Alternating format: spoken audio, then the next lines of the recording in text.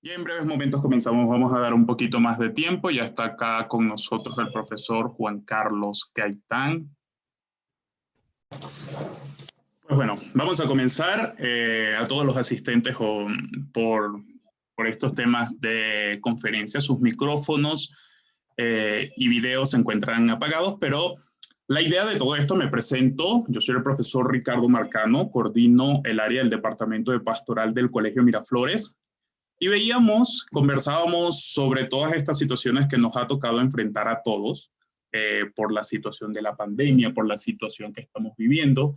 Y pensábamos que, que teníamos que tener un poco más de espacio para hablar con los alumnos, para hablar también con maestros y de cierta manera también tener un pequeño contacto con padres de familia. Y hablando con Juan Carlos, planteamos la idea de presentar como primera propuesta el tema de cómo ayudar a una persona en duelo. Un tema que hoy en día es muy importante y ha tomado una revalorización completa. El profesor Juan Carlos Gaitán, quien nos acompaña, es licenciado en Teología por la Universidad Pontificia de México, cuenta con estudios profesionales en Filosofía y un diplomado en Pastoral Juvenil. Es maestro en Orientación Psicológica por la Universidad Iberoamericana. Se ha desempeñado en nuestro Colegio Miraflores, México, como coordinador de pastoral y jefe de la Academia de Educación en la Fe para secundaria y preparatoria en años pasados y ejerce como docente de la materia de Educación en la Fe durante 6 años. En consulta privada, brinda psicoterapia a adultos, parejas y familias, así como orientación vocacional a jóvenes. Un gran elemento, un gran compañero, un gran amigo en nuestro departamento y creo que es una gran oportunidad para tener este espacio de diálogo y tener mejores herramientas para afrontar todo lo relacionado al duelo. Si tienen alguna pregunta, pueden escribirla por el chat. El chat va a llegar directamente al administrador y en este caso yo se las haré llegar a Juan Carlos. De todas maneras, vamos a dejar un espacio para dudas al final.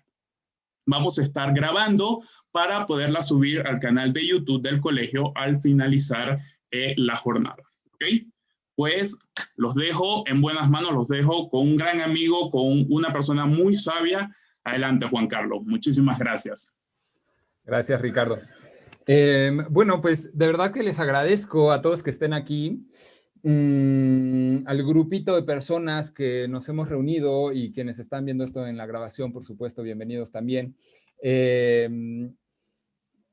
Es un gran honor para mí poder hablar ante profesores, coordinadores, padres de familia. Y bueno, cuando estaba pensando cómo introducir el tema de hoy, creo que lo primero que me vino a la mente es que por los papás que haya aquí presentes, pues darles las gracias porque no saben cómo disfruto trabajar con sus hijos. Me apasiona, me llena, obviamente los extraño mucho, las clases presenciales, pero independientemente de esto, que a lo mejor no tiene nada que ver con la conferencia, no quería desaprovechar la oportunidad, que son pocas, y sobre todo ahora que estamos pues en esta modalidad, pues son todavía menos las oportunidades que tengo de convivir, de agradecer a los papás que están presentes. Entonces, de verdad no, de corazón les agradezco, lo voy a decir de una manera muy poco formal, la chulada de hijos que tienen, los alumnos tan, no sé, a mí me llena de verdad ser maestro del colegio, y definitivamente lo que más disfruto, más allá incluso del temario, que el temario bueno, soy profesor de educación en la fe, me encanta lo que enseño, más allá de eso disfruto todavía más la convivencia con sus hijos. Entonces, en ese sentido, no quería comenzar la conferencia de hoy sin mencionar este agradecimiento, de verdad.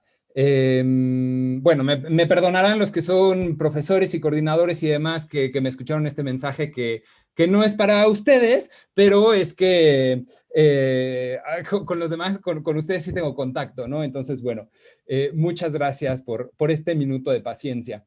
Bueno, el tema que nos trae hoy a la conferencia es un tema emocionalmente pesado, ¿sí? ¿Cómo ayudar a una persona en duelo?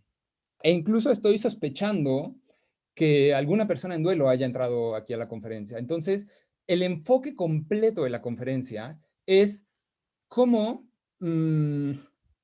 cómo ayuda a una persona que atraviesa un duelo, pero por ahí voy a ir dando una que otra pista sobre si tú estás pasando un duelo, probablemente lo vivas así.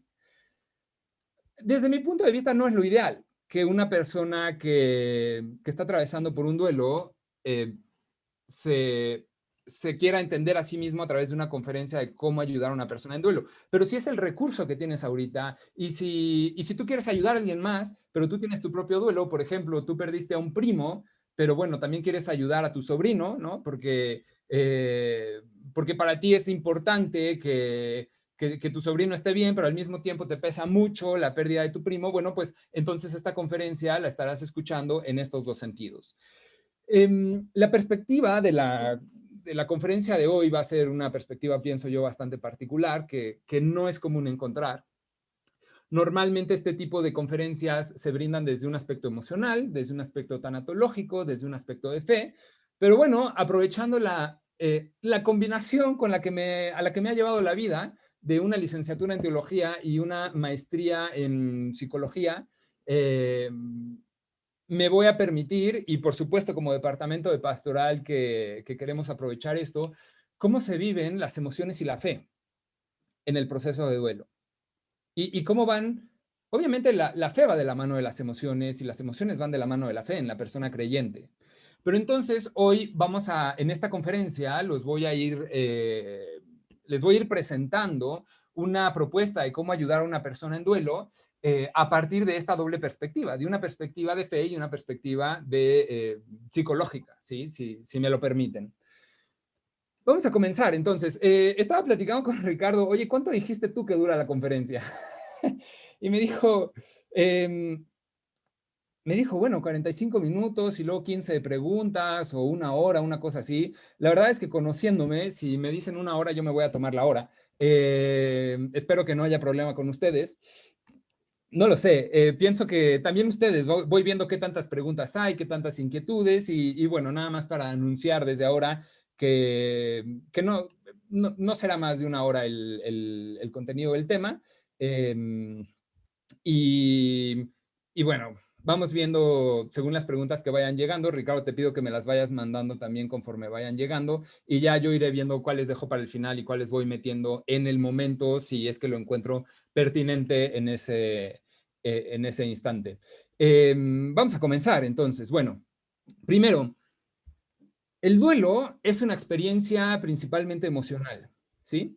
El duelo es una experiencia emocional, es una experiencia eh, que tiene la característica de que no despierta una o dos emociones, sino que despierta 20 emociones distintas a lo largo de un mes, a lo largo de 2 años o a lo largo de un día. Hay personas que atraviesan un duelo y que tienen de verdad 5, 6, 7 emociones intensas en diferentes momentos del día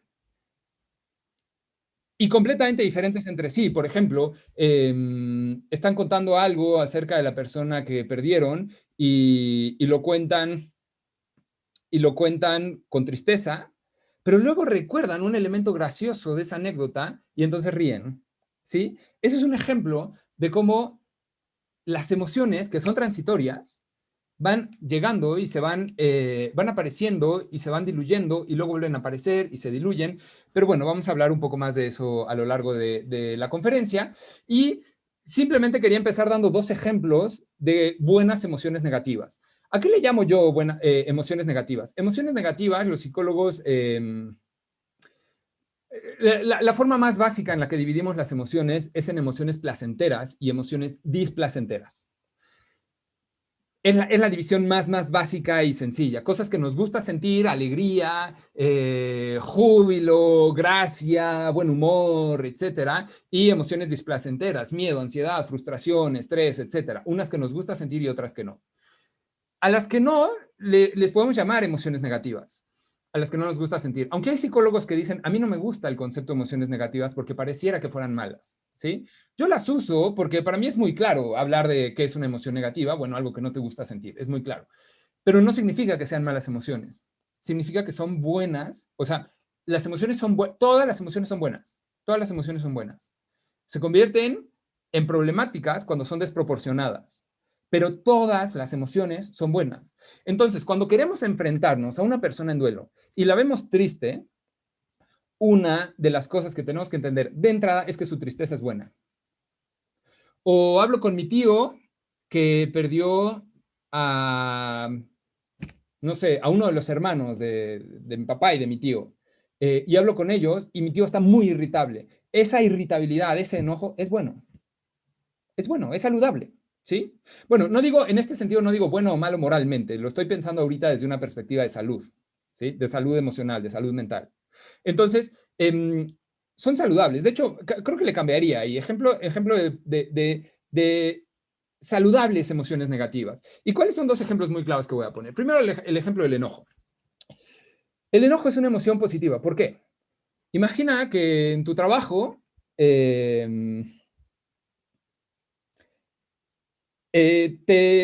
no sé, o recién saliste de la carrera, entraste a un trabajo y quien te contrata te dice, mira, tú vas a trabajar hasta las 6 de la tarde, ni un minuto más, y tú ves que tu sueldo es bajito, pero que o era bajito en ese momento y decías, bueno, pero es hasta las 6, ni un minuto más, está bien, lo acepto. Y la primera semana te pide, oye, ¿te puedes quedar una hora más? Necesito que me ayudes con esto. Y entonces eh, dan las 7 de la tarde, 8 de la noche, y así toda la semana, la segunda semana también, la tercera semana te pide que te quedes hasta las 10 de la tarde, hasta las 10 de la noche, perdón, y así durante 2 meses. Y luego llegan personas a terapia conmigo y me dicen, Juan Carlos, es que yo no me quiero enojar con mi jefe porque él me contrató, yo no tenía oportunidades y él me contrató. Entonces, ahí es un problema de no querer tener enojo, porque el enojo es bueno, el enojo nos ayuda a poner un límite. ¿Qué pasaría si una mujer violentada en casa no se enoja? Pues no hace que el límite se respete. Entonces, las emociones, por supuesto, que son saludables. El estrés es una emoción saludable.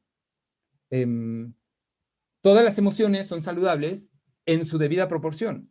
El estrés es lo que nos hace entregar el trabajo. El estrés es el que nos hace, me tengo que apurar porque a las 3 hay que ir por los niños al colegio. Tengo que hacer tal llamada de un pago que me iban a hacer y si no hago la llamada les tengo que dar el número de cuenta. Entonces, el estrés es bueno, nos hace funcionales. Nos hace funcionales. Entonces, la norma básica para ayudar a una persona en duelo es hay que permitir que tengan sus emociones saludables. A veces vemos a alguien triste y nos da miedo. Una de las preguntas que voy a contestar más adelante es, me lo preguntan muchísimo, ahora se imaginan que en pandemia, pues casi la mitad de mi trabajo, bueno, un tercio de mi trabajo como psicólogo, como terapeuta, se ha convertido en trabajar con ansiedad, otro tercio trabajar con duelos y ya temas varios el otro tercio, ¿no? Pero entonces, una de las preguntas que recibo mucho es, ¿qué hago si empiezo a hablar con mi tía? ¿Qué hago si empiezo a hablar con mi amiga y se pone a llorar? ¿Sí? Lo voy a contestar. Eh, de entrada ya podemos entender que ese llanto será bueno, por supuesto que será bueno. ¿Qué es lo que no sirve? Vamos a empezar con lo que no sirve para ayudar a una persona en duelo. Y por cierto, veo que hay un par de mis alumnos, 3, 4 alumnos conectados. También les agradezco, yo le platicaba a mis alumnos de sexto de prepa, que les recomendaba mucho entrar a esta conferencia también, porque ya a los 18 años, ya la vida te pone en situaciones en las que tienes un amigo muy cercano eh, que necesita de tu apoyo. Y entonces los invitaba a decir, bueno, ya estás en una edad en la que puede ser muy útil este tipo de información, ¿sí? Entonces, bueno, vamos a empezar con lo que no sirve. Y lo que no sirve para ayudar a una persona en duelo, básicamente lo voy a decir en una serie de frases. Una serie de frases. Primero, la frase échale ganas.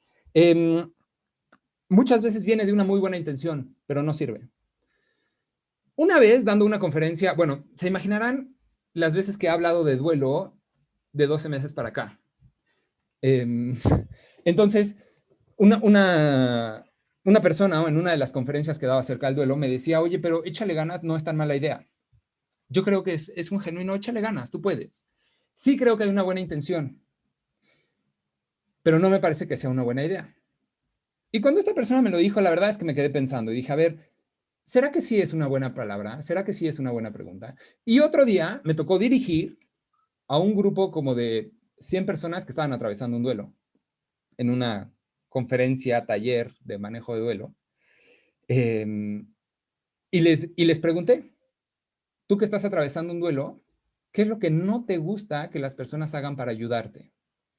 Y de verdad, la mitad me puso que me digan, échale ganas. Ya no lo tolero. Mm, Digo, en ese taller lo que estábamos trabajando es cuando tú escuches un échale ganas, reenmárcalo a un te quiero mucho y no sé cómo decirte, o no sé qué palabras decirte en este momento, ¿sí? Y desde ahí reencuadramos, si tú estás pasando por un duelo y la gente se te acerca, lo digo ahora, y te dice échale ganas, y te dice sé fuerte, aunque no te guste, es muy natural que no te guste, que te incomode en este momento. Pero lo que puedes entender es que detrás del comentario, muy probablemente, con toda posibilidad, hay una persona con buena intención expresando un no sé qué decirte. No sé qué decirte, esto no lo enseñan en la escuela o no sé qué esté pensando. Mm, Sé fuerte, ¿sí? El primer año es el difícil. Personas que han pasado por eso, por una pérdida muy cercana, y le dicen, no te preocupes, el primer año es el difícil. Imagínate que una persona que lleva 15 días en duelo, lleva 15 días en duelo y le dicen, el primer año es el difícil, no puede ser. O sea, la ansiedad que puede llegar eso a provocar. Ahora, insisto, no estoy diciendo que sean frases así súper terribles las que decimos. Más bien es, si hay mejores frases, pues usemos las mejores frases. Si hay más que frases, si hay mejores cosas que hacer para acompañar a una persona en duelo, mejor utilicemos las frases que son mejores, ¿sí? Válgase la redundancia.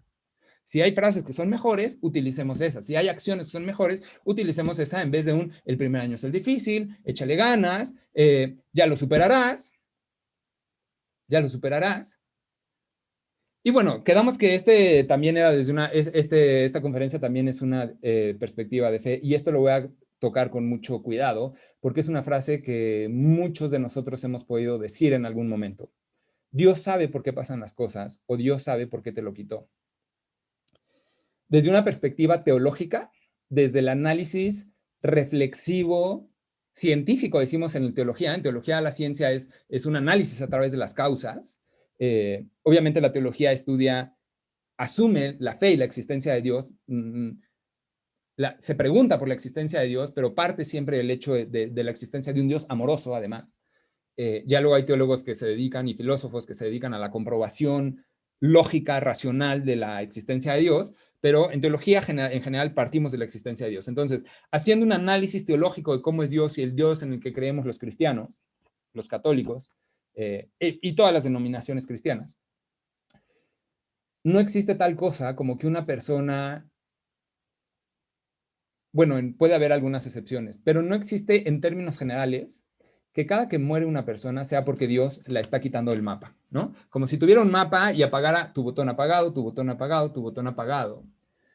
Es mm, teológicamente inadecuado expresarlo así porque a final de cuentas muchos fallecimientos se producen desde una perspectiva teológica a través de la libertad del ser humano. Por ejemplo, una persona que fue asaltada y murió en el asalto, una guerra.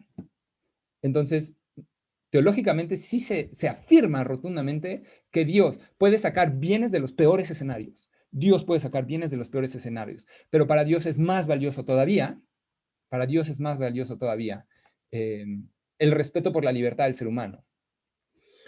Es más amoroso desde una perspectiva, o sea, creemos los teólogos y el cristianismo que desde una perspectiva de fe es más fuerte el amor de Dios que un estar evitando, ¿no? El coche va a chocar y Dios, la providencia, ¿no? O sea, sí existe una providencia, pero no es que Dios esté metiendo la mano todo el tiempo, a cada momento para que tus seres queridos, y entonces cuando uno muere es porque ahora sí se lo llevó. Entonces, hay veces que con una persona en duelo puedes entrar en una especie de conversación con respecto a sus creencias. Tampoco es lo ideal. A mí de repente algún alumno me dice que ha perdido a alguien, oye, ¿por qué Dios tal cosa? Y entonces lo platicamos porque surge de la persona. pero un meter a Dios así de Dios te lo quitó porque ya lo quería al lado de él, teológicamente no necesariamente es tan adecuado. ¿Y cuál sería el problema de decirlo? El problema de decirlo sería que entonces la persona puede desarrollar un pensamiento de Dios ya no quería que yo tuviera a mi papá, Dios ya no quería que yo tuviera a mi hijo. Imagínate eso, ¿no? O sea, asaltan a un hijo de una familia y muere, y a los papás les dicen, Dios ya lo quería con él. Entonces el papá siente como ¿qué clase de orden natural respeta a Dios, etcétera? Se alcanza a ver, ¿no? Cómo más o menos es este tipo de pensamiento. Bueno, se puede discutir, por supuesto, y llega un punto de la vida llega un punto del duelo en el que la persona creyente se lo pregunta y lo vamos a comentar, pero, pero no hay necesidad de meterlo así directamente, este tipo de afirmaciones. Vamos a ver cómo se vive el duelo orgánicamente. En una persona que está pasando por un duelo, tiene una sensación que en psicología se llama despersonalización. Despersonalización es, siento que no soy yo. Es que este no soy yo. Este que se despierta por la mañana no soy yo. Yo no era así, este no soy yo. Y es una sensación real, que se ha estudiado. No es ay, la está pasando muy mal. O sea, sí le está pasando muy mal, pero no se lo está inventando. Es una sensación real. Problemas de sueño.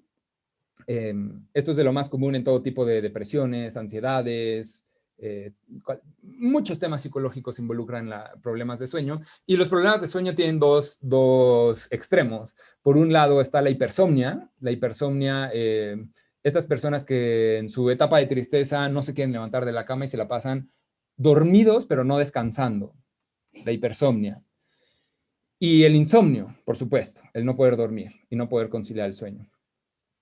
Una sensación de fatiga, de cansancio físico, confusión de tiempo y de lugar. Esto que nos pasa a todos por ejemplo, yo hoy le dije a mis alumnos de algunos grupos, nos vemos mañana porque los veo martes y miércoles, pero hoy es miércoles, en realidad no los voy a ver mañana, por un segundo pensé que era martes. Todos tenemos estos deslices de confusión, estos lapsus de tiempo y lugar, pero en la persona que atraviesa un duelo, estos aparecen con mucho más frecuencia y puede ser que no sean solo lapsus, sino que es de verdad, no sé si es la tarde o es la mañana. Una autora que me gusta mucho con respecto a duelos dice que, y este concepto me gustaría que te lo llevaras en la mente cuando intentas ayudar a una persona en duelo, o una persona que perdió a alguien. Dice que la sensación del duelo es como vivir, es una autora americana, si no me equivoco, escribe en inglés, casi seguro es americana, dice, estoy dudando, bueno, dice que vivir un duelo es vivir en Crazy Town, ¿no? Vivir en Crazy Town, vivir en el pueblo de la locura, no sé cómo lo podríamos traducir mejor, pero en el pueblo de la locura, en un mundo en el que todo da vueltas y no entiendo nada, y etcétera, ¿sí?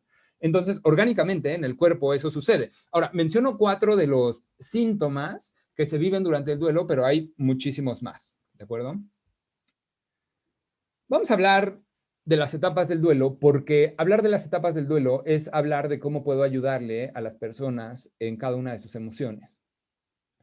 Actualmente, el estudio de los duelos por la psicología, la tanatología, ha propuesto diferentes modelos de duelo. Es decir, actualmente hay modelos que te hablan de etapa 1, etapa 2, etapa 3, etapa 4. Hay modelos que te hablan de el duelo reciente, el duelo mediano plazo, y entonces cada uno va describiendo sus duelos de diferentes maneras. Yo el modelo que voy a tomar para compartirles es el modelo más clásico el primero, sino que se creó, de Elizabeth Kubler-Ross, porque a mí me gusta mucho, a mí me parece muy claro cuando hablamos de emociones, cómo puedo ayudar a cada una de las emociones en la persona a la que quiero brindarle un apoyo. Entonces, como en estas etapas, cada etapa lleva el nombre de una de las emociones. Entonces, por eso me gusta mucho este modelo, aunque ahora hay otros modelos que incluso podríamos decir que son más adecuados para describir la experiencia de duelo, pero bueno, voy a dar 2, 3 comentarios en las que vamos a ubicar cuáles son las características o las perspectivas que necesitamos entender para poder estudiar este tipo modelo de etapas del duelo. Es algo que seguramente ya has escuchado, es un modelo muy, muy, muy clásico, entonces seguramente ya lo has escuchado, pero vamos a ver cómo lo podemos aplicar para la finalidad de esta conferencia. El primer paso es el shock y negación. Es cuando te dan la noticia. Atendí a una familia en la que me contaron que eh, la, tenían un familiar internado en el hospital por COVID. Y entonces habla el médico a la casa. La familia no podía estar en el hospital. Ni una persona dejaron estar en ese momento. No sé qué, ya no me acuerdo en qué etapa de la pandemia fue, pero ni una persona dejaron estar en el hospital y le hablaron a la casa de la familia. Contesta la hija era un abuelito que estaba en el hospital. El médico le da la noticia del fallecimiento de su papá y dice su hija que ve como su mamá sosteniendo el teléfono, se le cae el teléfono y se queda paralizada. ¿Sí? Ese es el shock. Y bueno, el shock va de la mano también con la negación. Es un mecanismo de defensa de la mente porque ante noticias demasiado fuertes, ante noticias que no nos esperamos, que son sorpresa, que son muy fuertes, que son intensamente negativas, lo que hace la mente es, no es cierto. Y entonces, aunque te lo acaban de decir, aunque lo estés comprobando en la realidad, la mente te convence de un no es cierto. El tema con las etapas, las voy a ir describiendo en sus características y cómo se mueven entre ellas las etapas. Pero el tema con esto es que cada etapa puede durar más o menos en una persona. Y está bien. Esa es otra de las grandes notas de la conferencia de hoy. A cada persona le dura el duelo lo que cada persona necesita, no lo que a ti te gustaría ver. Es decir, hay personas que me dicen, es que ya no quiero que mi mamá esté triste. Pues eso es lo que tú quieres, pero la experiencia emocional de tu mamá es otra cosa. ¿Sí me explico?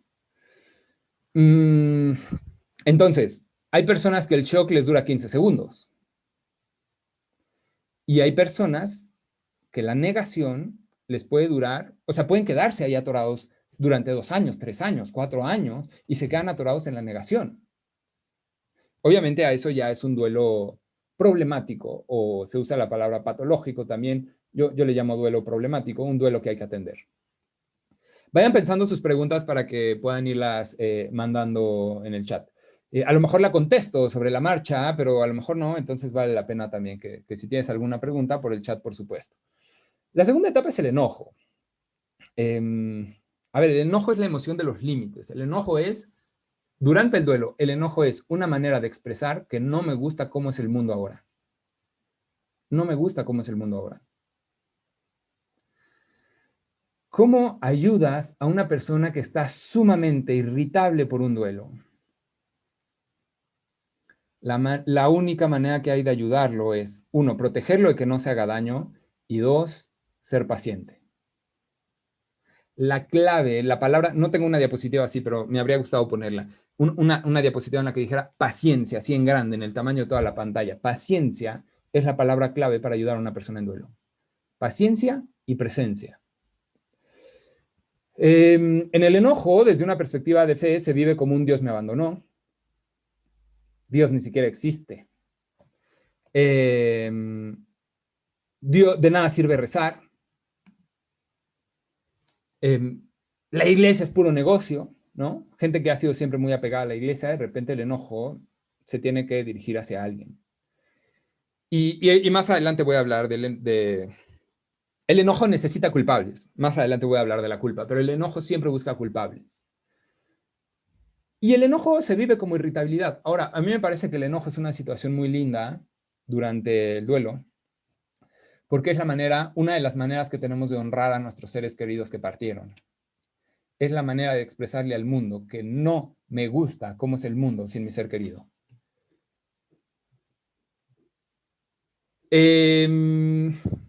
No me gusta cómo es el mundo sin mi ser querido. ¿Qué puedes hacer con una persona que está irritable porque no le gusta el mundo sin su ser querido? Esperar, ser paciente, aguantarle.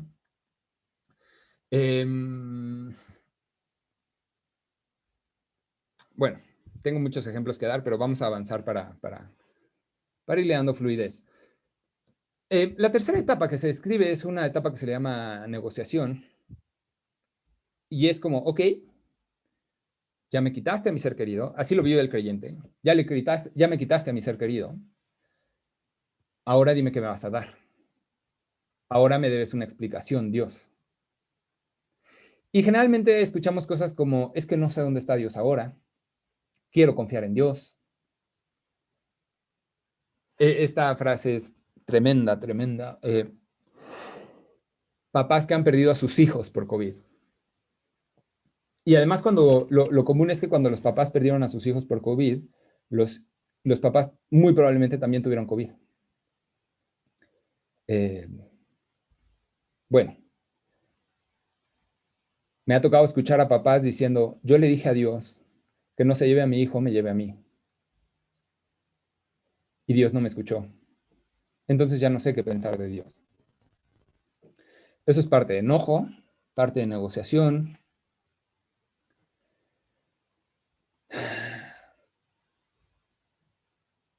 ¿Qué tendríamos que hacer si una persona nos dice, Dios, Dios ya no me hace caso porque le dije que me llevara a mí? ¿Qué podemos hacer? Escuchar.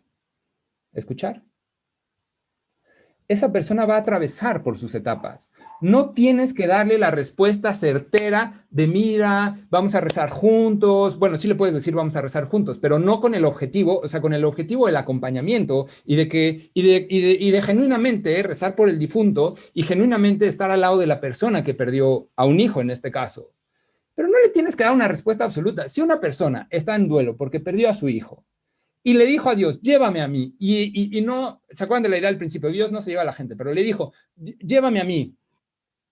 Y dice, y Dios no me hizo caso y por eso no entiendo a Dios y ya no lo quiero en mi vida. Créeme que lo que le digas, lo que le digamos, no lo va a consolar. Lo que le digamos no lo va a consolar. Si está pasando por ese momento de la etapa, escuchamos. Escuchamos. Y a veces escuchar es, tengo unos amigos que lo expresan, lleva una leche y un pan y siéntate. Así lo dicen unos amigos. Lleva una leche y un pan y siéntate a escuchar. No siento que Dios me escuche, ¿para qué tanto rezar y ahora qué? Cuarta etapa, la tristeza. La tristeza se vive desde un me siento solo y sin ganas y desde una perspectiva de la vida nunca volverá a ser igual. La vida nunca volverá a ser igual. Ahora, todavía no acabamos las etapas, pero voy a hacer un paréntesis aquí. Las etapas no se viven, y por eso critican ahora este modelo de duelo, las etapas no se viven en el orden en el que las estoy presentando. Típicamente podríamos decir que sí. O sea, podríamos decir que hay mucha gente que vive las etapas de esta manera, pero en general las etapas son, estoy triste, estoy enojado, estoy negociando, estoy triste, estoy enojado, estoy triste, enojado, triste, negociando, negociando, negociando, triste, enojado. Y eso que acabo de describir puede pasar en un año o puede pasar en un día. En un día puede pasar todas esas emociones. Y por eso uno siente que vive en el pueblo de la locura.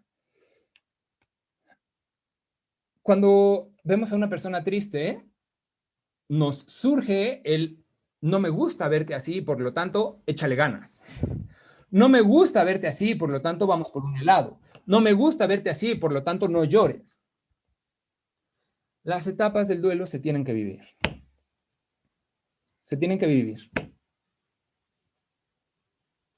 Me escribió una amiga antes de la pandemia, esto no es no relacionado al coronavirus. Me escribió una amiga porque su abuelita falleció y es de estas abuelitas a las que le decía mamá porque fue parte de su crecimiento, de su crianza, ¿no? Decíamos. Y me dice, tiene un mes que falleció mi mamá abue, creo que le decía, no me acuerdo. Y todavía me siento muy triste, Juan Carlos, ¿qué hago? Y lo único que le contesté por mensaje, porque obviamente no puedes hacer una terapia como tal por mensaje con un amigo, lo que le contesté fue, mira, lo que yo entiendo como psicólogo, porque me decía, dame tu consejo de psicólogo. Con buena intención me lo decía. Yo lo único que le dije fue, mira, va un mes de que falleció tu abuelita. Si tú me dijeras, llevo 5 días de antro, estaría preocupado. Si me dices, todavía estoy triste, yo digo, perfectamente natural. Por supuesto que es momento de sentirse triste después de un mes. Y me contestó, muchísimas gracias, pensé que estaba loca. De verdad, pensé que me estaba volviendo loca porque ya llevaba un mes así. Otra familia me dice, tiene un mes que murió mi mamá. No sé por qué, estas dos historias de verdad son reales, cambio algunos datos para que sean irreconocibles, pero historia real, murió mi mamá hace un mes. Y ya quiero superarlo, me dicen en terapia, ya quiero superarlo. Yo no le digo, pues no, manito, no lo puedes superar un mes. Por supuesto que no digo eso. Yo escucho, aplico algunas técnicas de terapia para trabajar con duelos y tal, pero básicamente lo que yo voy pensando es, un mes, está triste por su mamá, va bien, va bien. No tiene ganas de comer, va bien. No tiene ganas de despertarse, ir a trabajar, va bien. Murió su hijo hace un mes, murió su hermano hace un mes, va bien. ¿Sí me explico? Durante la tristeza y en general en las demás etapas viene esto de la culpa, que ya describía hace un rato, y la mente busca culpables. Esto no nada más con los duelos. No sé si lo has notado, por ejemplo, con tus hijos, ¿no? Son 2 hermanos, tienes 2 hijos, y uno de ellos pierde su juguete favorito, y lo busca primero, desesperado porque es su juguete favorito, no lo encuentra y dice, mi hermano me lo escondió. Y va con mamá y le dice, mi hermano me lo escondió. ¿Por qué? Porque la mente necesita explicaciones. La mente humana necesita, si pasó B, necesito saber cuál fue la causa A. Aunque en psicología sabemos que un elemento emocional no rara vez es causado por una causa única, por un factor único. Las situaciones emocionales son multifactoriales, es decir, se combinó A, B y C y por eso estás de esta manera, ¿sí? Bueno, pero hay culpa, ¿sí? Lo he platicado con los alumnos que cuando les pregunto, bueno, ¿y cómo vamos con la pandemia? Con el encierro. Me dicen, es que no puedo creer que el colegio no nos apoya. No puedo creer, otros me dicen, que el profesor fulano no toma en cuenta que estamos muy cansados. Yo lo escucho y son quejas, sí, quejas, son quejas genuinas, ¿sí? O sea, de buena intención. Pero también es parte de la mente buscando culpables. Es decir, el colegio no declaró clases virtuales porque el colegio quisiera, ¿no? O sea, es como que cuando uno lo piensa en frío dice, por supuesto que es lógico, pero cuando está en caliente uno en las emociones, no es tan fácil distinguirlo. Entonces, ¿qué sucede? Con los niños es bien, hoy esta conferencia no nos da tiempo, podríamos hacer otra conferencia entera de cómo apoyar a un niño en específico, cómo darle la noticia, cómo hablarle sobre la muerte, etcétera. Pero nada más voy a mencionar esto como ejemplo para la culpa, no nos daría tiempo hoy, pero bueno, si les interesa, pídanle a Ricardo, por favor, que los escucha abiertamente, que estaría bien esa conferencia también. Un niño va a cenar con su abuela. Y la abuela le dice, aquí están tus verduras. Y el niño dice, yo no como verduras. Y la abuela dice, cómetelas, te las preparé rico, les puse mantequilla y cosas para que te gustaran. Y el niño, yo no como verduras. Y la abuela, me voy a enojar si no te las comes. Pues no me las como. Pues enójate, abuela. Y un niño de, vamos a decir, 7 años. Y la abuela fallece a la semana por, vamos a decir, cualquier otra razón física que una muerte que no era de una enfermedad que venir. Lo que dicen los estudios, lo que ha contado la experiencia y lo que vemos en los niños en terapia, es que te dicen cosas como, mamá, te tengo que confesar algo. Hice enojar a la abuela el sábado. Creo que yo la maté, mamá. Es un pensamiento mágico, es una etapa horrible, que se siente horrible, pero es que el niño también dice, ¿Por qué se murió mi abuelita? Ahora, ese pensamiento mágico infantil también lo tenemos los adultos. Obviamente no decimos yo la maté porque no quise las verduras, pero también lo tenemos los adultos. ¿Cómo antes del Dios me castigó? ¿Cómo lo manejamos los adultos? Lo manejamos, por ejemplo, en tiempos de COVID me ha tocado escuchar más de una vez, es que los doctores pudieron hacer más, es que los doctores pudieron hacer más. Esa es etapa de culpa. Atendí a una persona en un pueblo, bueno, virtualmente, de una población pequeña donde todo el mundo conoce quién es el doctor. Y me decía, es que ya no puedo ver al doctor, pero ni en fotos, porque yo sé que él, si hubiera querido, hubiera podido hacer más por mi abuelito. Dios me castigó, por supuesto que esa es una visión que el cristianismo, el catolicismo ya no tiene desde tiempos de Jesús, básicamente. No pensamos en un Dios castigador, pero, fíjense, a pesar de que he trabajado con personas en duelo sumamente creyentes, y me dicen, literal, la frase así, bueno, a lo mejor le cambio 2 o 3 palabras, pero la frase que he escuchado un par de veces es, yo sé que Dios no castiga, pero no sé qué hice mal para que Dios me quitara A. Yo sé que Dios no castiga, pero no sé qué hice mal para que Dios me quitara A. ¿Qué hicimos mal? Ah, ahí está, van juntas, ¿no? Dios me castigó, ¿qué hicimos mal? Y bueno, ahora una creencia que no es del pensamiento cristiano, sino de religiones orientales, es una herencia que Occidente ha recibido de religiones orientales y que, por cierto, en nuestros alumnos es bastante famosa, es que es un tipo de karma, es que tiene que haber algún tipo de karma en esto, como si el universo estuviera diciendo tú te portaste mal, te quitó tu papá. Ahora, para mí, como terapeuta, esta es la etapa más delicada. Si una persona en una sesión me dice, estoy muy triste, yo digo, ok, todo natural. Si me dicen, estoy muy enojado, una persona me decía, me dan ganas de golpear todo. Claro que te dan ganas de golpear todo, estás muy enojado. Va bien. En mi mente voy pensando, va bien, va bien. Obviamente veo que no se haya hecho daño, que no haya pasado más de 15 días sin bañarse, que no está en riesgo de perder su empleo, o sea, ciertas situaciones que voy a comentar más adelante, pero en esas etapas como que más o menos la va llevando la persona. Pero cuando me dicen, tengo culpa, creo que yo hice algo mal, ahí sí, subo las antenas y digo, ok, vamos a tratar esto con mucho cuidado, porque si la culpa se queda atorada, es bien difícil de manejar. La tristeza se puede quedar atorada, el enojo se puede quedar atorado. Es decir, es más, puede ser que desde que falleció tu ser querido, te hayas hecho una persona más enojona y dices, ya no soy el mismo. Claro que no eres el mismo. Hay personas que me han dicho en terapia también, el caso de unos papás que perdieron un hijo. Es que ya no soy el mismo. Y yo les contesto, por supuesto que no vas a volver a ser el mismo. No podemos ser el mismo después de haber perdido a un ser cercano. Es muy diferente un claro, yo sé que no se puede ser el mismo, que no, verás cómo echándole ganas vamos a salir de esto. ¿Sí me explico? Lo que hay detrás de este tipo de ayuda, de comentarios, es una idea, 2 conceptos en que son 2 conceptos básicos del acompañamiento psicológico y también del acompañamiento espiritual.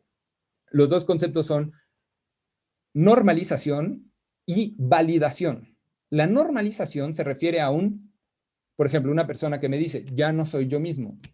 Y yo le digo, claro. Bueno, ese es un ejemplo más de validación. Voy a usar el ejemplo de mi amiga que me escribió, hace un mes falleció mi abuelita y me sigo sintiendo triste. Y entonces yo le dije, me preocuparía si no estuvieras triste. Eso es normalización. Es decir, le dije, es normal que te sientas así.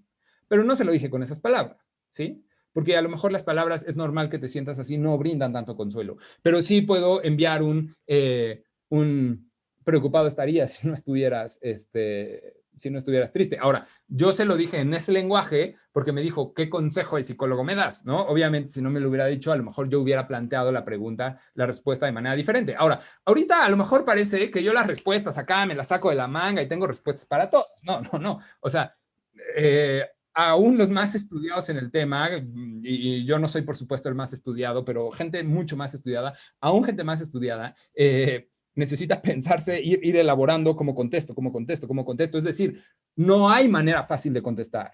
Si tú viniste, creo que se dice, a la conferencia, bueno, si tú estás presente, si tú estás presente en la conferencia porque estabas buscando aquí 3 frases mágicas para contestarle a la gente, eso no existe.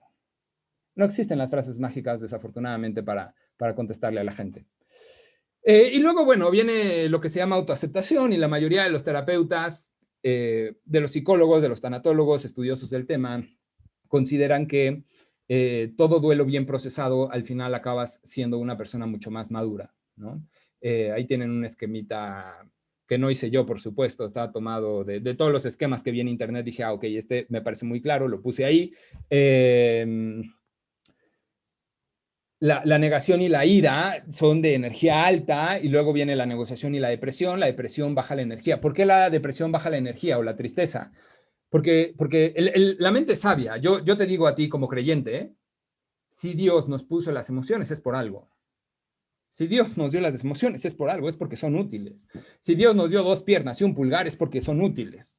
Si Dios nos dio la tristeza, el enojo, la ira, la culpa, etcétera, es porque son útiles. La depresión baja la energía, ¿por qué? Porque la mente dice, necesito reconstruirme, mi visión del mundo está cargando. Pensé en una metáfora como cuando se actualiza la computadora, que no saben, papás, cuántas veces se les actualiza la computadora a sus hijos. O sea, yo nunca había visto tantas actualizaciones como ahora, porque nos dicen, prof, perdón, llegué tarde, se me estaba actualizando la computadora. Nunca había visto tantas actualizaciones como este año. Pero bueno, a lo que voy es, algo así hace la mente, algo así hace la mente. Empieza a actualizar, ¿no? Ok, el mundo ya no puede ser como yo lo había concebido. Y mucho es en un proceso inconsciente. Preguntas comunes. ¿Cuánto dura un duelo? La literatura dice que un duelo, si llega a durar hasta 2 años por alguien cercano, estaría todavía en un periodo más o menos comprensible. Son las 5:49. Yo digo que en 10 minutos sí terminamos. Y yo no tengo problema con quedarme 10 minutos más a responder preguntas. Ya por aquí tengo una. Bien, vamos bien. Ok. Es peor intentar que las personas en duelo no atraviesen las etapas. ¿Por qué? Porque la persona que perdió a alguien necesita pasar por su enojo. Esto está estudiadísimo. Necesita pasar por su enojo, necesita pasar por su tristeza, necesita pasar por su negociación, por su shock. Si tú a la persona enojada le estás diciendo todo el tiempo, es que no estés enojado, es que ya pasó, es que tienes que resignarte, ¿sí? Ahora, con todo el respeto a las buenas intenciones que tenemos, hay una frase que tampoco me gusta mucho que es te deseo pronta resignación. Yo no le deseo a la gente una pronta resignación. Yo le deseo una resignación en su momento y saludable. ¿Sí explico? En su momento y saludable. Es muy raro decir sí me explico ante un montón de cámaras apagadas. Normalmente en el salón de clases es sí me explico y 2 que 3 niños sí te explicas. Pero, gracias. Bueno, me imagino que habrá alguno por ahí asintiendo. Entonces, si yo quiero que mi papá no esté irritable cuando murió mi mamá no murió, estoy poniendo casos hipotéticos. Si yo quiero que abuelito se despierte todos los días conmigo y vayamos a caminar todos los días, no es algo que se pueda. ¿Cómo ayudar en el proceso? Voy a dar tres visiones que son muy, muy generales. O sea, seguramente esta conferencia te va a dejar con muchas dudas, muy probablemente. Una disculpa por eso, pero al mismo tiempo, qué bueno, porque en esas dudas es cuando no asumimos las cosas, simplemente está triste, ya no quiero que esté triste. Eso sería el asumir rápido. Alguien está triste, le voy a ayudar a no estar triste. No se trata de eso. Pero aquí hay 3 nociones. Primero, acompañar, no solucionar. Otra persona con la que trabajé en terapia me dijo, llevaba, este caso creo que fue 2 meses y medio de haber fallecido. Era una niña, yo atendía a esta niña, bueno, no una niña, una joven. Estaba la mamá viviendo juntas y había fallecido el abuelito por COVID. Y me dijo, es que llevan 2 meses y yo no quiero que mi mamá esté triste. Y entonces ahí lo que hablamos durante la sesión fue cómo ella podía cuidar a su mamá permitiendo que esté triste su mamá, ¿sí? Permitiendo que esté triste su mamá. Entonces, eso es acompañar, no solucionar. Obviamente hablamos de cosas como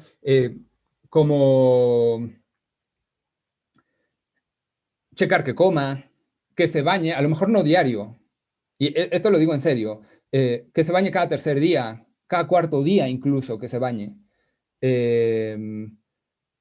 Y se puede nombrar con normalidad a quien falleció.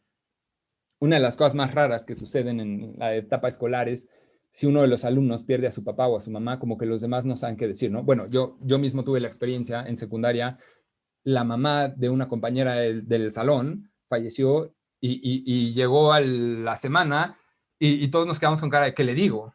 ¿Sí?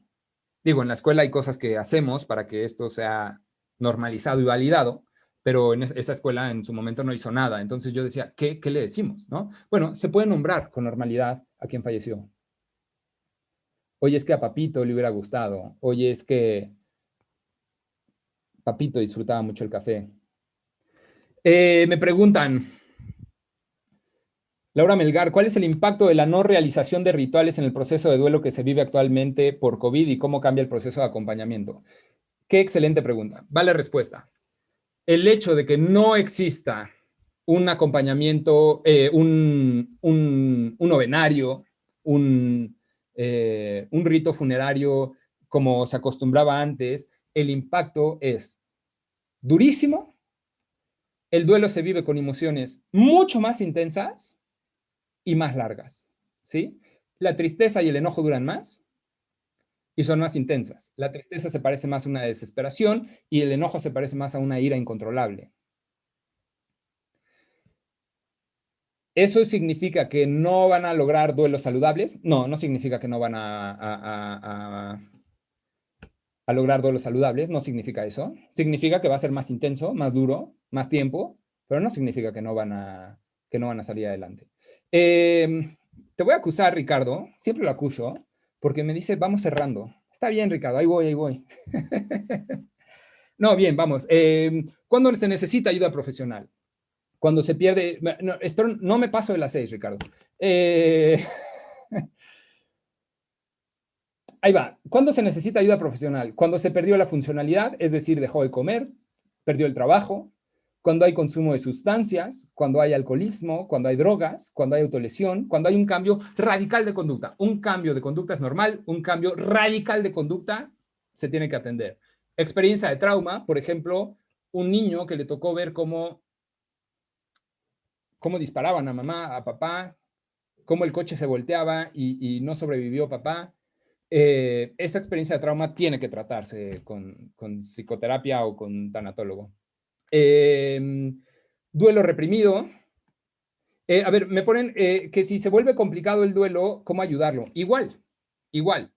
¿Cómo ayudar a una persona en un duelo complicado? Igual, escuchar, una leche y un pan, ir la tarde a estar con él, aguantar la irritabilidad, ser paciente con la irritabilidad, empezar a decirle cuando sea pertinente vamos a caminar, qué te llevo de comer, llevarle algo de comer, lavarle los platos, si es alguien muy cercano a la familia. Duelo reprimido, alguien que ves que pasan 3 meses y como si nada, ¿sí? Ahora, una cosa es no llorar en el funeral, porque me ha tocado mucho escuchar, es que ese es el hijo que menos la quería porque no lloró por su mamá. No, ese niño, perdón, hijo que no lloró por su mamá en el funeral, muy probablemente tuvo una negación más larga. Antecedentes de dificultades psicológicas, obviamente, si hay una persona con algún tema de esquizofrenia, bipolaridad, trastorno límite de la personalidad, problemas de alimentación, etcétera, bueno, ahí hay que buscar psicoterapeuta o tanatólogo. Dos perspectivas importantes. No existe un atajo para salir del duelo, es decir, no quieras que tu mamá, tu papá no pase por el duelo, no quieras que tu hermano, tu primo no pase por el duelo. Si lo quieres ver bien, permítele su duelo, acompáñalo, que no se haga daño, que coma, que llore. Ante la pregunta, la voy a contestar ahora sí. ¿Qué hago si voy a ver a mi amiga a su casa? Me siento, nos servimos un café y se pone a llorar 1 hora. Te quedas con ella 1 hora. ¿Sí? En la medida de lo posible. ¿Y qué le digo? Nada. No le digas nada. Si está llorando 1 hora, está haciendo algo muy saludable, que llore frente a ti. Créeme que estás haciendo muchísimo por tu amiga si está llorando 1 hora frente a ti. No puedes vivir los duelos de otras personas. Hay quien dice, es que yo quiero sentirme mal, pero ya no ver a mis papás mal. Que yo me deprima, pero ya no quiero ver a mis papás mal. No se puede. No hay manera. Y voy a cerrar ahora sí con dos mensajes. Uno, muchos teólogos les encanta el arte. Les encanta el arte. Yo no soy, bueno, más bien, me gusta mucho el arte, pero yo no sé mucho de eso. Yo no me puse a estudiar más el arte sacro, ¿no? Pero esta pintura en particular siempre me ha parecido una cosa impresionante. Es el Cristo de Velázquez, siglo XVII, si no me equivoco. El Cristo de Velázquez, si ustedes recuerdan la escena de la crucifixión, Cristo no estaba solo.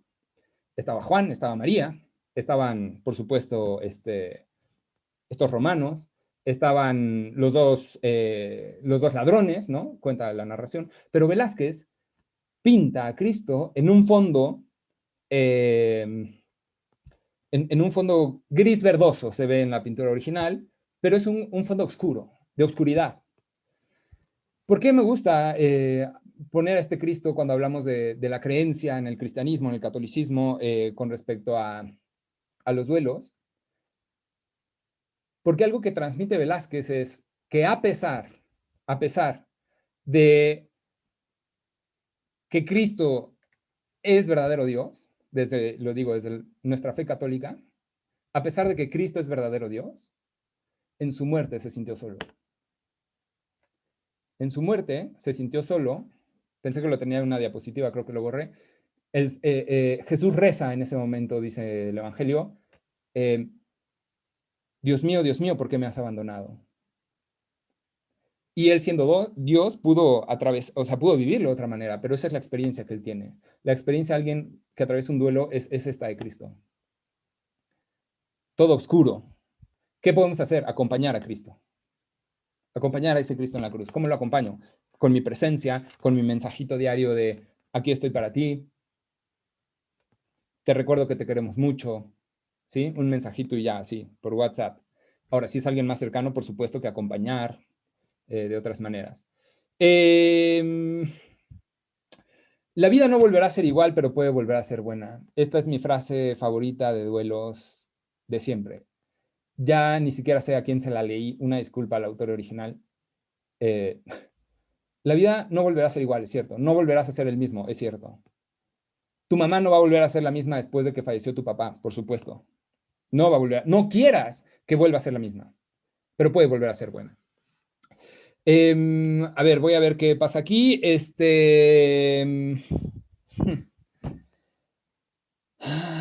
Periodo barroco 1632. Perfecto, sí dije bien, siglo XVII. Muchas gracias, qué hermosas palabras. No sabes lo mucho que me estás ayudando. Con gusto, de verdad, lo que con humildad pudiera compartirles. A ver, hay una pregunta más. ¿Cómo trabajar una culpa que no tiene fundamento y ni siquiera existe? En los duelos, generalmente, va a haber culpas sin fundamento que no existen. Si tú durante todo el duelo no escuchas una culpa sin fundamento que no existe, será algo extraño. Por ejemplo, mi mamá murió, le hubiera hablado más. Si yo le hubiera hablado más. Mi abuelita murió, es que si la hubiéramos llevado al asilo. Es que si le hubiera llevado con el homeópata. Yo sé que no creemos en eso, pero si la hubiera llevado a la limpia, eso es parte del proceso de duelo y generalmente fluye sola, ¿sí, Lupita? Creo que sí fue Lupita quien me preguntó. Generalmente fluye sola este tipo de emoción. Entonces es el mismo principio, permitir que fluya.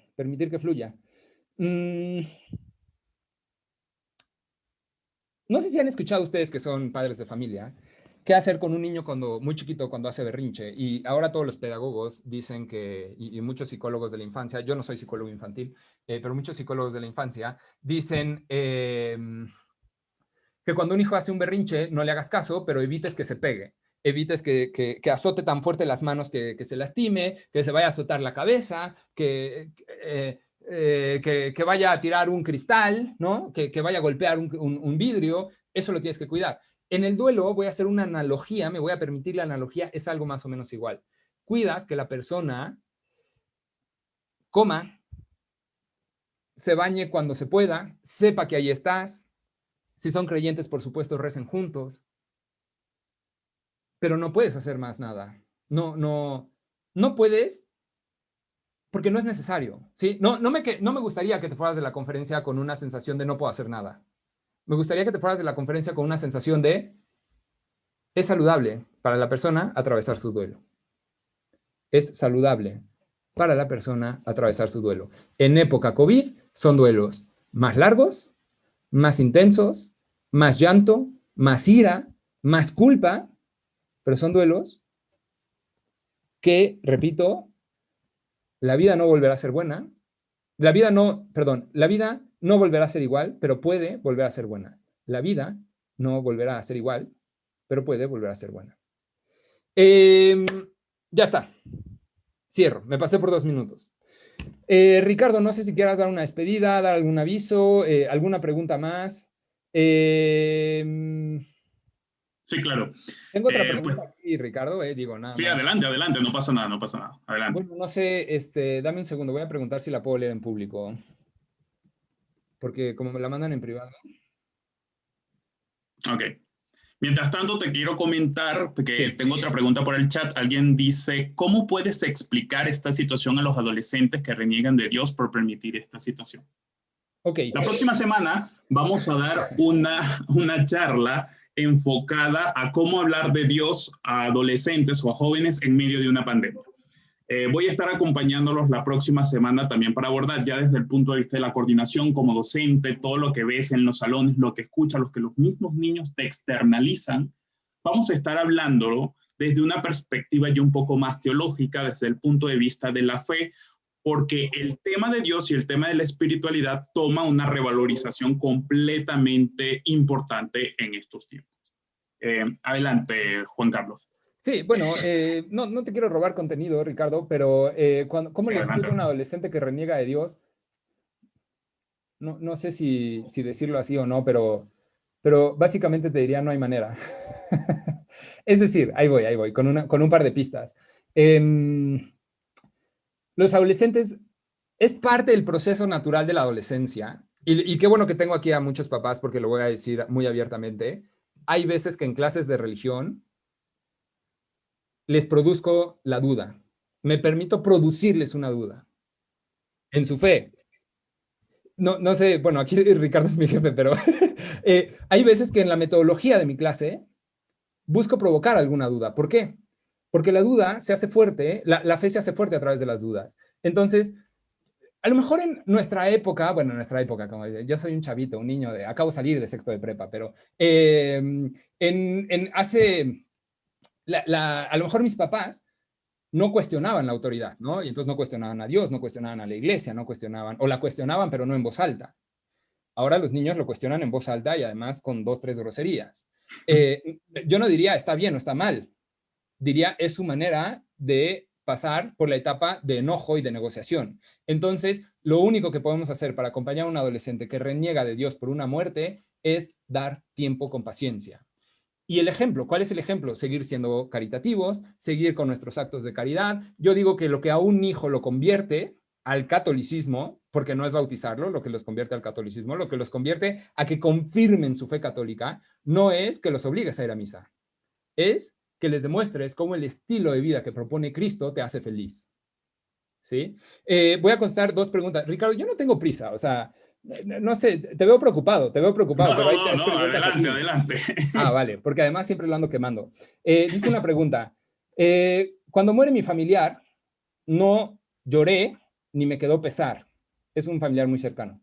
Quedé en paz y lo quería mucho. ¿Es normal o a qué se debe? No quisiera, bueno, no te voy a preguntar a detalle, pero los duelos hay muchas veces que se empiezan a vivir desde antes. Esto está también estudiado. Es decir, si una persona tiene un diagnóstico, por ejemplo, de un cáncer terminal, el duelo se empieza a vivir desde antes. E incluso cuando las personas son muy mayores, o sea, tienes un abuelito de una edad muy, muy alta, la mente empieza a pensar en cualquier momento se me puede ir. Y esos momentitos de tristeza, esos momentitos de enojo, esos momentitos de culpa, empiezan a llegar desde antes. Entonces puede ser que haya sido como un duelo pretrabajado, por decirlo de alguna manera. ¿Es normal? Sí. Cada persona vive su duelo como, o sea, no existen dos duelos iguales. ¿Es normal? Sí.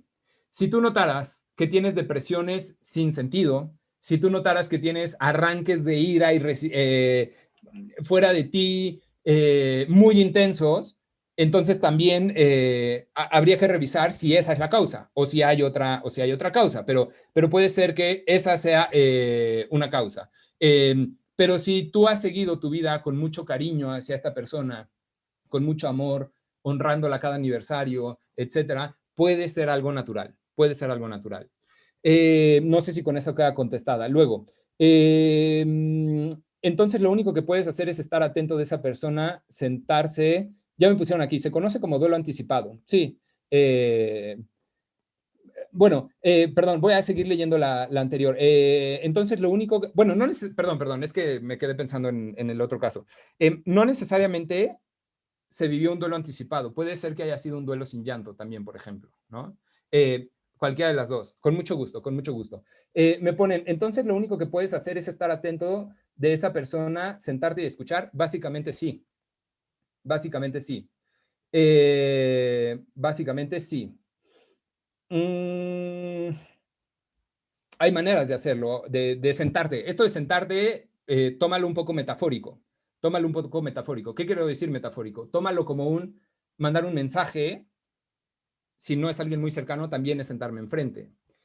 Hacerle una llamada también es sentarse enfrente. Una familia que estoy atendiendo en terapia me dijo, bueno, otro familiar se organizó porque fue un duelo por COVID y entonces no hubo funeral. De hecho, la familia también tenía COVID y entonces imagínense lo terrible que fue esto. Los familiares se despidieron cada uno desde su coche. O sea, fue una cosa inimaginable, ¿no? Que como seres humanos no nos imaginábamos esto. Entonces, un familiar se arregló para que cada día de la semana un familiar fuera a visitarlo 2 horas por la tarde a esta familia en concreto. Y entonces iban ahí un familiar cada 2 horas cada día. Y yo les pregunté a ellos, ¿eso les sirve o no les sirve? Porque si no les servía, entonces significa que necesitaban todo un poco más, un poco, necesitaban un poco todavía más espacio. No sé si, bueno, aquí los maestros de español me van a matar, pero les pregunté si necesitaban más espacio o si estaba bien que los visitaran. Y ellos me dijeron, la verdad es que renegamos, pero sí nos sirve. Decimos que no nos gusta, pero sí nos sirve. Me lo dijeron a mí en terapia, ¿no? Entonces, ese tipo de cosas, una visita en la medida de lo posible por el COVID también se puede hacer. Aquí otra pregunta, ¿es normal sentir que la única que sufre muchísimo y no supera la partida de un ser amado es una misma? La respuesta es sí, sí. ¿Puede ser la persona que sientes el duelo más grave, más intenso y que los demás ya lo van superando? Sí. Porque o sea, tú te relacionabas con esa persona diferente que todos los demás. Hay personas que que por su propia personalidad tienden a duelos más rápidos, menos intensos. Hay personas que por su propia personalidad tienden a duelos escandalosísimos y funerales de esta persona que abraza la caja y se tira y lo llora y también es saludable. Es saludable que yo abrace la caja y me tire y llore y no pueda más y esté al punto de la ansiedad y sí, sí es saludable. Porque es la manera en la que estás gestionando tus emociones. ¿Sí? No sé si contesté. Aquí hay otra pregunta, nada más déjenmela leer.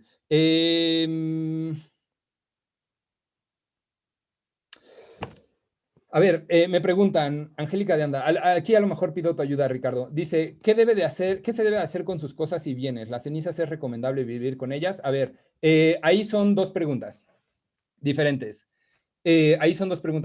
Una pregunta es, ¿qué hacer con las cenizas?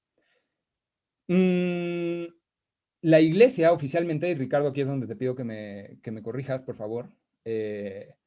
si no me equivoco, la iglesia oficialmente pide que las cenizas descansen en lugares apropiados y la casa no es uno de esos lugares. Esa es una eh, propuesta guión normativa de la iglesia. ¿Estoy en lo correcto, Ricardo, con eso? Sí, correcto. Digamos que el acto de la sepultura, digamos que todo este acto del entierro, cuando son ámbitos de ceniza, por eso es que existen estos nichos dentro de las parroquias, ¿no? Como, o existen estos lugares dentro de los cementerios como para ubicarlas en lugares específicos. O sea, se recomienda no tomar con la ceniza estos rituales que utilizan las, bueno, la voy a lanzar en el mar, la voy a lanzar al aire, la voy a lanzar en la montaña, y intentar tampoco dejarlas dentro de los hogares, sino darle el descanso en el proceso propio de la sepultura. Gracias. Emocionalmente, a algunas familias les sirve tenerlas una semana, tenerlas 2 días. Emocionalmente, incluso a algunas familias les sirven estos ritos que menciona Ricardo de tirarlas al mar, etcétera, pero la iglesia recomienda, incluso lo voy a decir fuertemente, que con la ceniza se dé esto que dijo el profesor Ricardo. Espero haber contestado. Y la otra, ¿qué se debe hacer con las cosas y los bienes? Bueno, emocionalmente o desde una perspectiva psicológica no hay una sola forma de acción.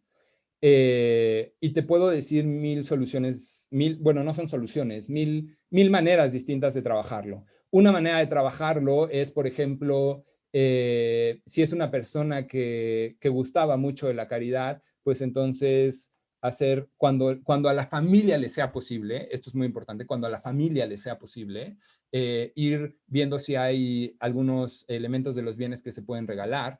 Muchos escritores, por ejemplo, sus familias, bueno, no escritores y gente que, o sea, no me refiero a famosos, sino gente que le gustaba escribir y que tiene colecciones de 2000 libros, lo donan a una biblioteca y piden que aparezca con su nombre.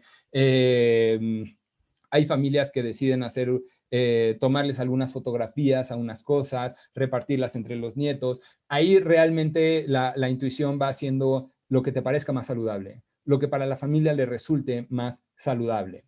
Espero haber contestado un poco con esto de los bienes y las cosas. Hay gente que les hace una caja, o sea, que deciden quedarse nada más con una caja y que esa caja siempre va a estar en la casa para no olvidar que él o ella también tenía o tiene sus cosas en la casa, ¿sí? Cuando estás en la etapa de bueno, perdón, espero haber contestado. Cuando estás en la etapa de depresión, es una etapa muy crítica emocionalmente, pero ya vas de salida. Mario Huelga, sería prácticamente imposible decirte que como la tristeza es la etapa 4, entonces ya vas de salida. ¿Por qué? Porque este orden que sugerí y que sugiere Kubler-Ross no es un orden cronológico necesariamente. Entonces, ¿puede ser que tu última etapa sea la depresión? Sí, sí puede ser. ¿Puede ser que no sea tu última etapa? Sí, sí puede ser.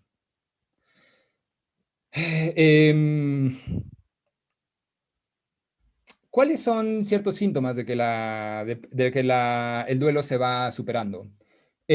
Ciertos síntomas de que... ciertos síntomas de que el duelo se va superando es ir recuperando cierta funcionalidad, o sea, responder en el trabajo, poder contestar correos electrónicos, hacer las tareas, etc. Otro síntoma de irse superando es que recuerdas con mucho cariño a las personas. ¿Puede ser que todavía llores y ya lo hayas superado? Sí, puede ser que todavía llores y lo hayas superado, pero ya no es un llanto intensísimo, que no hay un rango de cuándo es un llanto intenso y cuándo no, sino que depende de cada persona. Y otra de las características que me gusta mucho decir y que muchas personas me han dicho que en mis conferencias, que esto es lo que más les sirvió de la conferencia, y qué bueno que me acuerdo ahora de decirlo, es que la mayoría de las veces no estamos seguros de cuándo superamos el duelo. Es decir, hay mucha gente que me dice, es que no sé si ya lo superé porque todavía hay días que me siento mal. Lo normal es no saber si ya lo superaste o no, hasta que ya está muy, muy trabajado el duelo. Trabajado, decimos en psicología, como que ya se vivieron las emociones, ¿sí? Entonces, uno eh, no está 100% seguro de eso. A ver, aquí hay una pregunta, bueno, a ver, voy a intentar ver qué se me ocurre qué se me ocurre en un sentido profesional en cuanto a la respuesta. Porque es una pregunta dura. Cuando mi amigo murió, me sentí culpable porque estábamos en la playa y yo no vi que él se estaba ahogando. Em, es muy posible que ese duelo vaya a estar muy marcado por la culpa. La vida no volverá a ser igual, pero puede volver a ser buena. Va a ser un duelo muy, muy, muy marcado por la culpa, pero es un duelo que no se va a quedar en la culpa. Es un duelo que nos va a permitir, o sea, ningún duelo está sentenciado o condenado. Esto es muy importante. Ningún duelo está sentenciado o condenado a permanecer por siempre o a ser problemático. Digo, ya dijimos que hay duelos que requieren ayuda profesional. Quizá si a la fecha sientes esa culpa, porque lo dices en un tiempo pasado, si a la fecha sientes esa culpa, conviene ayuda de un tanatólogo, de un psicoterapeuta. Pero no es un duelo condenado a quedarse ahí. Y creo que es un debate, yo no te puedo decir nada con respecto a si fue tu culpa o no tu culpa, pero puedo entender una tendencia a pensar que no fue tu culpa, que te habría gustado haber visto. Me habría gustado haber visto, pero no es lo mismo, me habría gustado estar volteando de otra manera en ese momento, aún fue mi culpa, ¿sí? Espero haber dado 2 o 3 orientaciones más o menos acertadas. Y hay 2 preguntas últimas bueno, es que yo puedo hablar de psicología y de teología hasta las 10 de la noche. Es más, hasta las 2 de la mañana si me traen una fogata, si me traen, como si las fogatas se movieran. A ver, hay aquí 2 preguntas más. ¿Qué haces cuando piensas que ya te estás recuperando y tiempo después vuelves a recaer? ¿Qué haces? Tener el doble de paciencia. Tener el doble de paciencia. ¿Es común sentirse bien y recaer? Sí, sí es común. ¿Es común sentir que ya pasé por las etapas y otra vez? Sí. De hecho, está bastante estudiado que el tema de las, no le llamamos recaídas, pero el tema de que se vuelven a experimentar emociones intensas en los aniversarios, en el día del mes, al año, a los 2 años. Sí, sí es. ¿Qué haces cuando ya te estás recuperando y tiempo después vuelves a recaer? Te vuelves a tener paciencia y vuelves a honrar a la persona que perdiste. Estar enojado, estar de malas, es honrar a la persona que perdimos. Estar enojado es honrar a la persona que perdimos. ¿Se acuerdan que cuando van a apresar a Jesús en el huerto de los olivos, Pedro saca la espada? Cuando van a apresar a Jesús al huerto de los olivos, Pedro saca la espada. Y no explico más porque creo que la imagen es muy expresiva por sí sola. Es normal, si es normal dudar si el duelo ya está superado, ¿qué se puede hacer al respecto? Pues nada, seguir acompañando. Cuando digo pues nada es una expresión, no es que no puedas hacer nada, sino seguir con paciencia, seguir acompañando, seguir acompañando, seguir acompañando, seguir con, me gusta mucho la imagen de seguir con la leche y el pan, seguir ahí, seguir ahí. Hasta que llega un punto en el que la persona dice, creo que ya estoy bien, creo que ya estoy bien, ¿sí? Creo que ahí la llevo. Y si el duelo que se sigue dudando es propio, lo mismo, tenerte paciencia, paciencia a los demás, paciencia a uno mismo. Bien, voy a contestar 2 y ya cerramos. Ahora sí. ¿Cómo sabes si alguien tiene depresión? Bueno, Alfonso Torres, hay 2 síntomas especiales. Bueno, hay una serie de síntomas que trabajamos en terapia. Una cosa es cuando yo digo tengo depresión porque me siento muy mal y otra es cuando un psiquiatra te dice tienes depresión clínica. La depresión clínica significa que la persona la mayor parte del día, durante por lo menos 2 semanas, la mayor parte del día, durante por lo menos 2 semanas, se ve mucho más deprimida de lo que se veía normalmente. Eso es una depresión, ¿sí? Y hay que ayudar con un tanatólogo, con un psicólogo, etc. Y última pregunta, ahora sí, con esta ya nos vamos. Eh, saludos. Ponchito, ¿eres tú? ¿Eres tú, Ponchito? Saludos. Qué gusto saludarte. Sí, sí eres tú. Un abrazo enorme. Nada como el cariño a los exalumnos. Un abrazo enorme, Ponchito. ¿Por qué será que en la culpa solo nos centramos en los últimos años sin reconocer tiempo anterior de donde estuvimos mejor con la persona que murió? La respuesta es porque la mente necesita culpables. Porque la mente es como una manifestación que dice queremos la cabeza del presidente, del consejero, del senador, queremos la cabeza de alguien. Si yo sufrí, hay alguien más que tiene la culpa. Entonces, por eso la culpa se concentra quizá en los últimos años, sin reconocer que hubo una etapa de mayor, o sin reconocer los momentos felices con la persona. Por eso, o sea, por eso decía lo de la culpa, porque la culpa está muy enfocada a no me permito pensar en otra cosa más que alguien me dé razones de por qué mi familiar falleció.